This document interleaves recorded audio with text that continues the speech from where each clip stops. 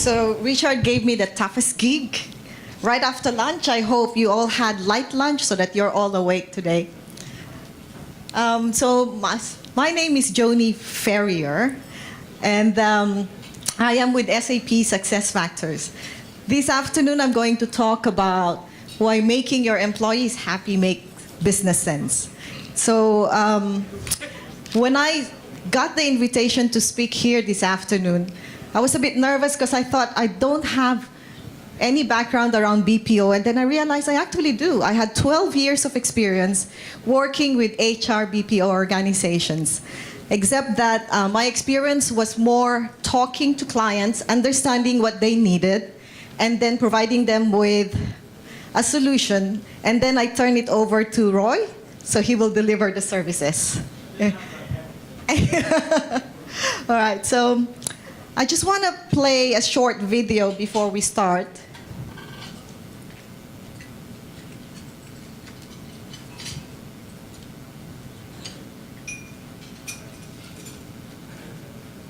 They're the ones who are most likely to drive innovation, growth, and revenue. Highly engaged employees are, on average, 50% more likely to exceed expectations. And the companies that employ them outperform firms with the most disengaged folks by fourfold in revenue growth.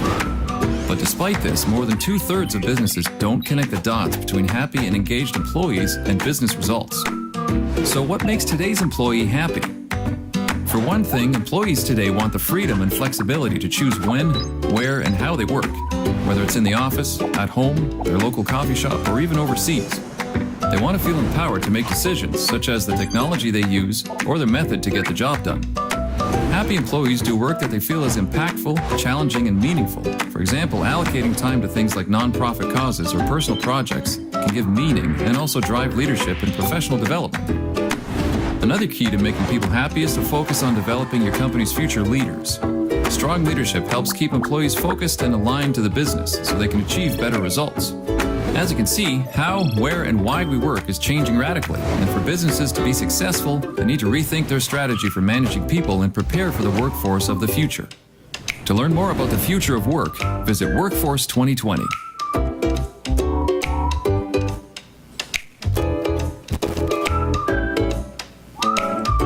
So that's it. That's my presentation in 2 minutes flat. The reason why I wanted to talk about making your employees happy, other than the fact that I've really focused on HR, is because that as I got the invitation, I started researching about the industry. I started looking at what are the challenges that you're facing. And the industry as a whole is looking at talents because the execution of your business is really dependent on the kind of talent that you get out from the market. So this afternoon, I'm going to partner with Darcy. I thought it's best that you hear the experience from somebody from your own industry and also experiencing the same challenges that you're facing. So there's just a few things I want to say. I've moved out of the Philippines about 17 years ago, March 26, 1998. So that's almost 17. But there's a switch that happens to my head when I come back to the Philippines. The moment I touch down, I start thinking in Tagalog. And I'm not even aware of it. So if I start talking in Tagalog, and most of you will hear gibberish when I do that, just raise your hand so I can switch back. I also used to be a teacher. So I am used to speaking, and not speaking, but asking questions from my audience. I'm not comfortable when I'm doing all the talking, so expect some questions. And because I wanted to make sure that Darcy gets some time later, so the questions, if we can just put it to the later part of the presentation, it's just so Darcy will have the time to talk through their experience. Okay. So the outline of the presentation is very short.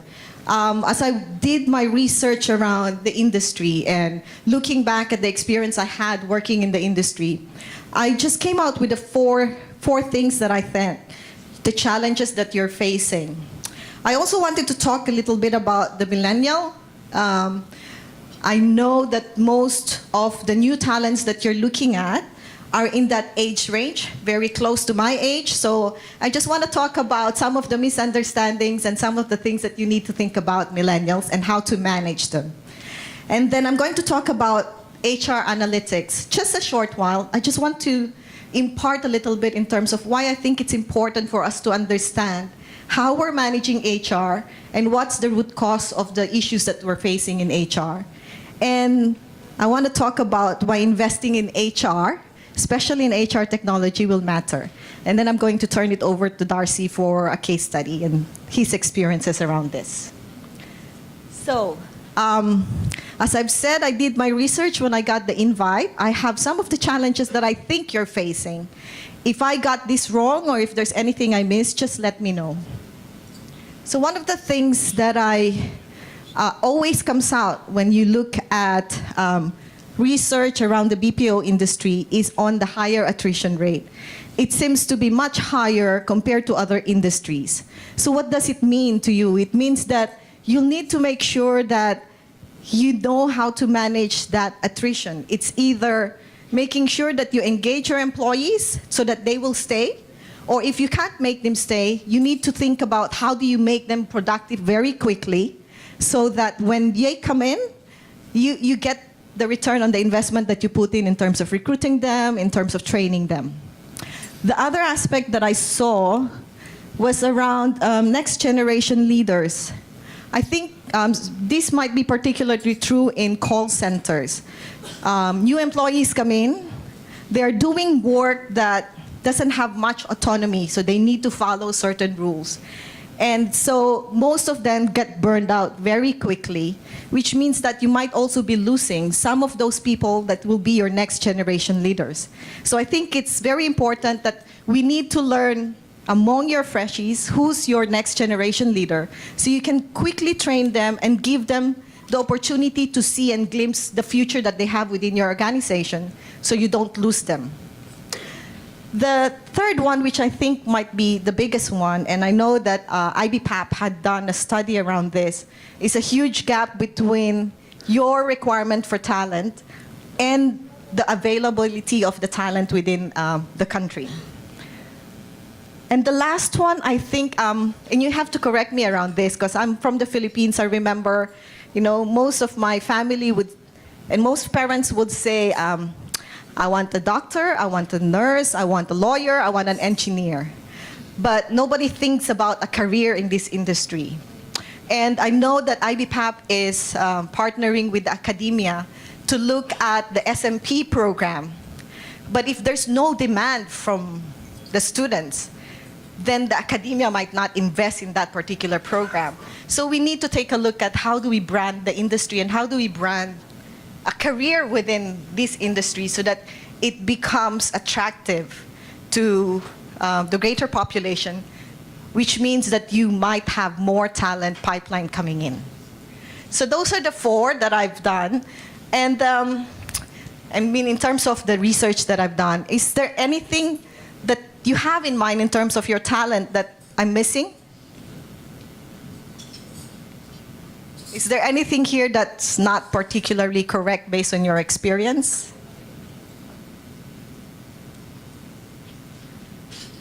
Okay, so I'm guessing that most of the research I've done and interviews I've done has is correct based on this. So, oh, sorry.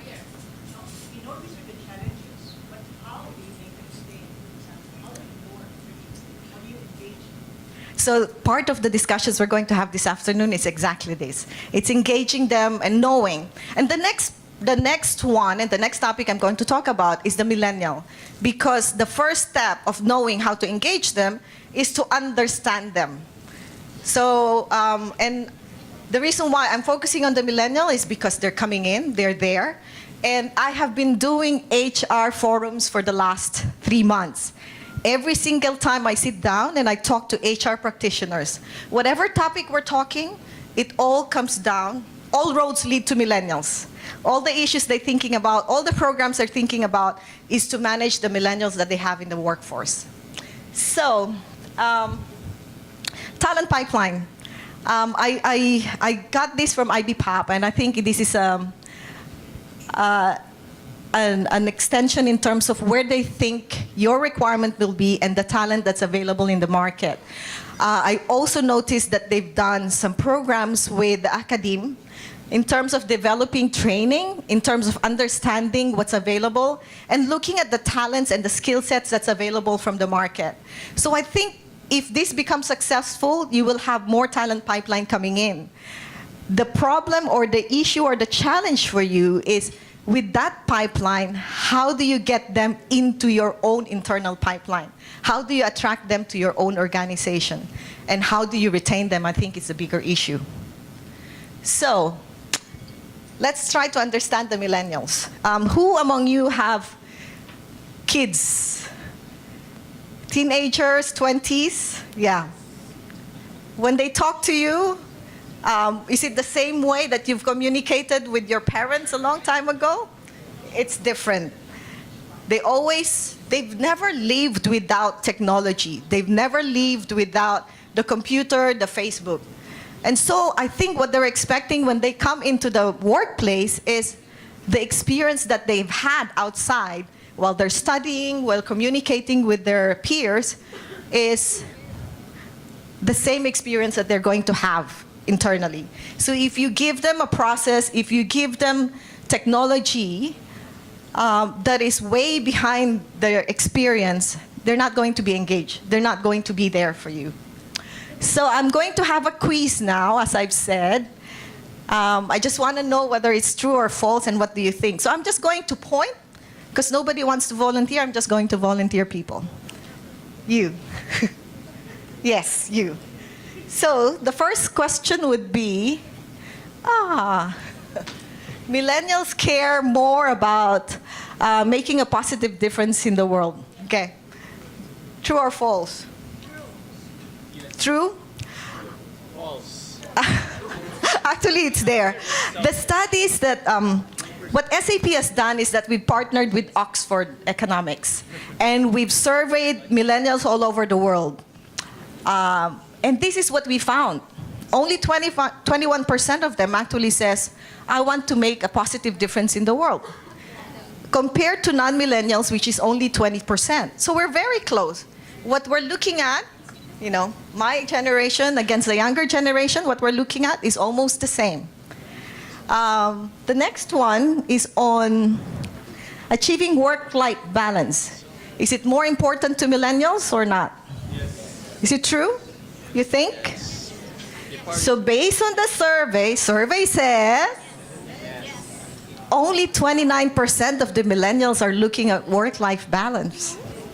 So what do you think is more important for them?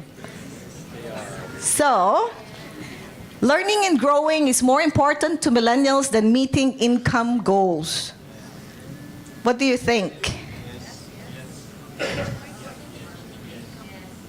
32% of them says income is more important. So, they're almost the same. They're not as alien as we think they are. And so we have to understand that the only thing that's different is the way they act, the way they communicate. But inside and here, they're almost the same as ours. So what's important for them? As you can see, number one for them is compensation. Number two, almost the same, achievement of income goals. It's number three is for development and learning skills. So if you'll notice, what's important to the millennials is almost the same in terms of ranking for what's important to non-millennials. And so this is based on data that we've gathered. So they're not different.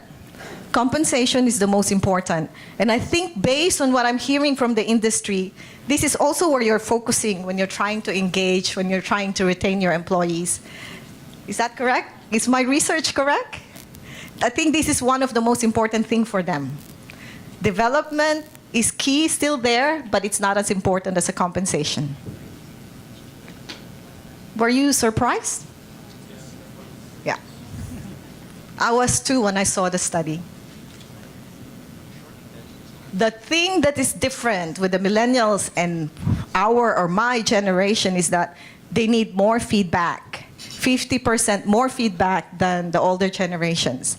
And I think this stems from the fact that, I raised my kids. I wanted them to be confident. So I tell them all the time, you're doing this well, good job. And so they expect that from their managers as well. So HR has a responsibility to make sure that they train their leaders to deal with this, to manage this. My husband always says, why do I always have to tell them what the good thing they did? They should know that. But I think it's our generation's way of doing things may not work for them. And for us to motivate them, for us to make sure that they continue being engaged with the managers in the organization, we need to give them that feedback. All right, so as you can see, we've invested quite a bit in terms of getting some data, making sure that we measure some of those things that I just talked to you about. And I had a maths degree, so I love numbers. And I love the fact that there are now available technology for us to make decisions based on facts and figures. So the organizations we've talked to, only 39% of them have data that will allow them to see the issues that they have in mind. So I know that most of us are targeting younger generations, but some of the studies I've seen shows that Gen Y, compared to baby boomers, are actually, okay, let me put that a certain way. Generation Y and X are going to stay with you less longer than baby boomers in this industry. That's the numbers that I've seen in the studies I've done. So which means that if you're trying to hire somebody and you're looking at a 28-year-old and a 35-year-old, and they have almost the same experience, same skill set, you get a 35-year-old. It's because they will stay with you longer, they'll be more loyal to you. So what if you have in your hand the supervisor that causes you the most turnover? What kind of information and what kind of decision will that allow you to do? You can either train that manager to make sure that he learns how to manage people, or you can train him, or, So that kind of information will allow you to make decisions. It will also allow you to spend your training money on the right people. What if you know which team in your organization is very far from their target? 8 months in advance, 6 months in advance. What kind of corrective measures can you do to make sure that the team is going to perform very well and hit their target at the end of the year? So that's an internal view. But I also want to encourage you to look at an external view. Your industry is very unique in terms of the challenges that you face with respect to your workforce. So I would like to encourage you to look at benchmarking for your HR practices. And the reason why I'm going to encourage you to do this is that if you feel that you have some areas for improvement on recruitment, or if you're looking at attrition and you feel that it's too high for you, but you benchmark against your peers and you realize, actually, we're all experiencing the same thing. So it's probably not something that you can do much about to improve it.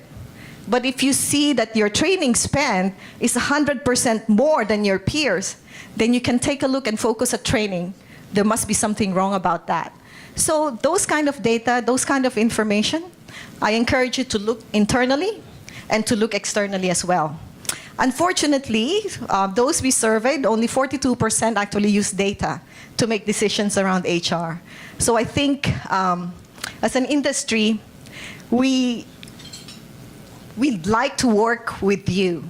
SAP has built a benchmark study, and we've been building this for over 10 years now. And we'd like to work with you to see whether you'd like to benchmark yourself against your peers, not just within the Philippines, but also some of the other countries that does BPO as part of their focus. Then you'll see where we are in terms of your performance around HR practices and around HR metrics. So if you're interested, I will be sitting on this, and I can discuss this more in detail later. So, why you should think about talent management solutions. I think the video earlier showed, talent management, if you know how to engage and you know how to make your employees happy. Most organizations with engaged employees earn 4 times more revenue. 50% are more geared towards excelling in the excellent performance, and you get more productive employees as well. But I'm also working on articulating to most HR organizations what it means in terms of dollar value if you were going to have at least just 1% improvement in terms of your retention rate. So based on a study by Deloitte, they found out that if you want to find a replacement and train that replacement, you'll need to factor in 2 times the employee's salary. So that means recruitment, training, making sure that he's productive until he gets into the full-time 100% mode in terms of productivity. So if we are looking at an employee or an organization with 10,000 employees and the average salary is about 440, I got this from a research as well. And if you're looking at a 1% turnover per year or reducing your turnover by 1%, then if you save that 100 employees, it also means that you're saving 88 million a year. So in short, if a talent management solution can allow you to reduce that 1% because of the intelligence that comes with it, because of the automation, and because it increases the engagement of your employees, you're looking at 80 million a year cost savings. This is more than enough to fund any of the HR programs that you're thinking about. But this is just one area of business driver. There's a lot more that you can look at. So you're looking at reducing your recruitment costs, increasing productivity, reducing training costs, and making sure that you train only those important people, or those people that really will produce the results for you. So it's sometimes difficult for HR organizations to articulate this. And I know because I used to be an HR practitioner, and I used to go to my board and I used to ask them for investments in HR. Not just in HR technology, but HR programs. And I'm always the last in the queue. Operations will get there, finance will get there, and if there's any money left, I will get some. But most of the time, I have to go back to the board the following year. So I really want to work with your HR organization so that you too can understand the value of investing in your HR programs. So, key takeaways before I turn it over to Darcy, because he's the one who really have done it before. Millennials is not as alien as we think. So when you're thinking about changing any of your HR programs or benefits, think that it's not a 180-degree turn. There's a lot of similarities between them and the older generations. HR data and use HR data and benchmark your practice to make better decisions. It really is very good in terms of the technologies that are available now that will give you this kind of information. And the last one, investing in HR and employee happiness makes business sense. It is not just that you retain them, but it affects your bottom line positively as well. All right? So with that, I would like to ask Darcy, a man who needs no introduction in this venue, to talk about the experience for sure. Okay, thank you, Joni. It's, I think, very insightful, and I guess what I'm going to do today is 2 things. One, I'm going to talk about how we leverage SuccessFactors to really become what I think is one of the fastest growing and best BPO providers in the country. I know I have a lot of peers here, so I have to be a little bit careful. The other thing is I'll share some of my perceptions and some of the challenges that I believe as a provider of these great resources in the Philippines. I do believe the country still needs to wake up. There's a huge demand. 1 million people today, 1.3 million this year, more and more and more. And my experience is we are running out of these people. And if we keep ignoring it, we will lose the business. So again, I will share a little bit around that and some of the things we can do as professionals in the #1 industry in the country. One thing I did want to ask, because this is a BPO form, it's something I hadn't realized till I got into the call center business, was that a call center job is not a good thing to have. It's almost better not to have a job. And you may be surprised to hear this, but the families that are sending their children to schools today are not sending them to be trained in academia, which meets the requirements to get a job right out of college. And it is possible, because I would hire 100 people tomorrow if they had the skills to get on the phone. I've got lots of hotel restaurant management people. Why are we not training our young population here on call center jobs, service jobs? That is what IBPAP's working on. Penny and her team are working very hard to continue to drive this, but as the forum here, we need to present to the public in the Philippines that a call center job is a good goddamn job.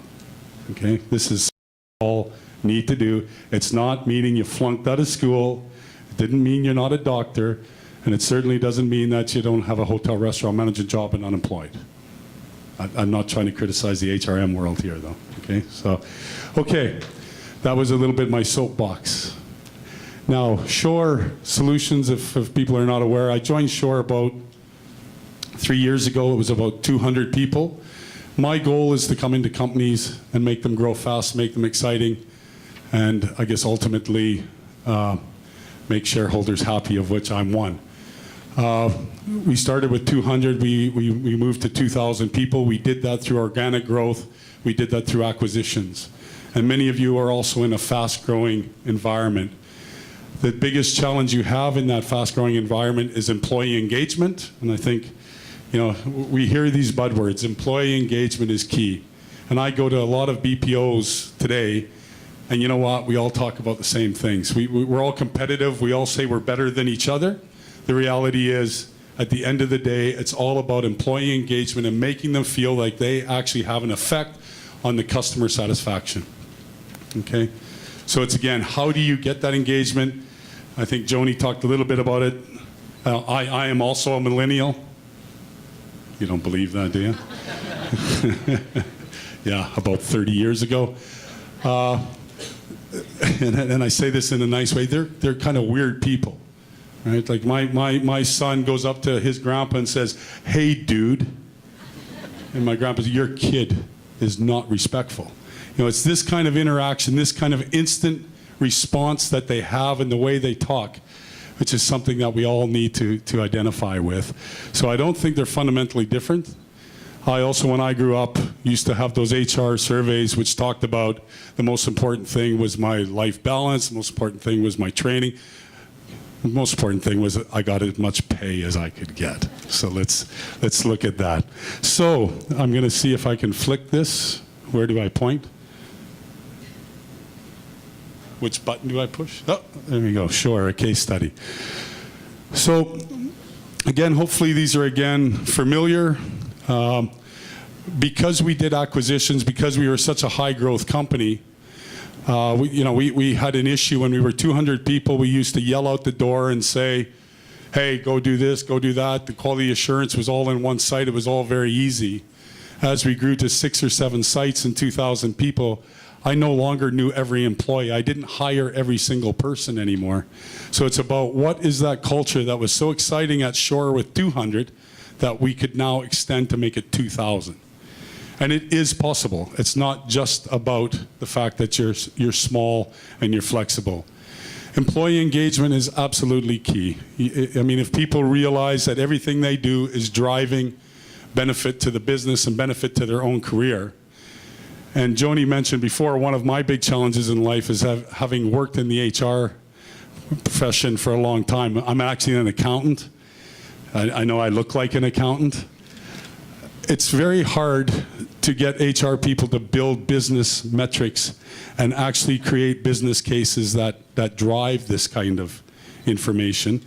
Because you should be able to go to the board, say, if we improved attrition by 1%, here's the numbers, and I can pay for this whole technology platform transformation, the whole bit, and pay it back in 1 year. The issue is that I found that HR professionals are shy. They don't tend to be at the boardroom. Hopefully I'm not insulting any HR professionals today. But this is key. There is a business case behind this. And that's one of the things Joni does, is sit down with organizations, and she can show a payback on this in such a way that it's a no-brainer not to invest in some of this. If I spend $100 on training, what is my return? We are an FTE-based industry. We're all about people, at least for now. Automation may change that. And we're about seats, right? So everybody in BPO knows, how many seats do you have? Those seats are expensive because you got to go to guys like KMC and spend a bunch of money to get those seats. Just a joke, of course. Power is expensive, relatively, right? These are the things that for every person I'm onboarding, what is the return for that person? What is the return of my investment? How much are my recruiting costs? How much is my onboarding costs? Okay, so this is absolutely key in terms of strengthening that engagement from day one, right from recruiting all the way into the shop floor. Visibility and integrity of employee information. Again, I think a lot of BPOs were built on acquisitions, piecing things together.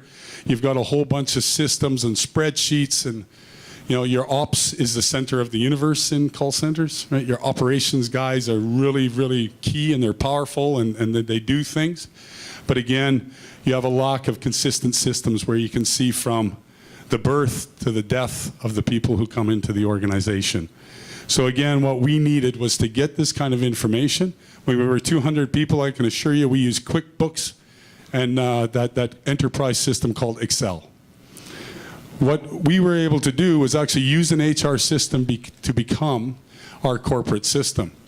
And again, each person, each employee ID is very important in our world because they generate revenue.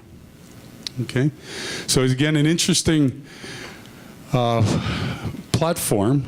And again, I heard about cloud and all this great stuff, but what is absolutely beautiful is that you can turn this platform on. What you need, you can get.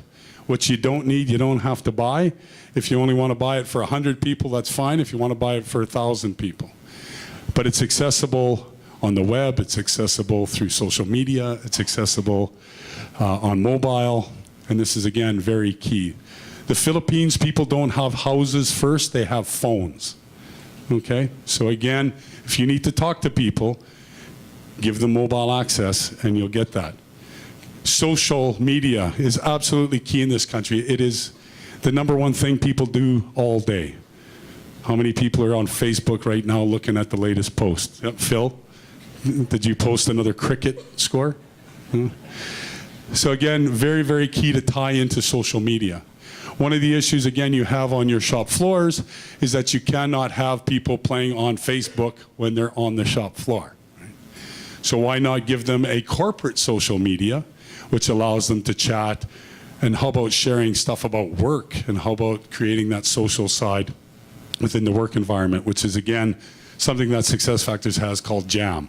And again, you can kind of cool this out, call it jamming. Let's do some jamming, do things like that.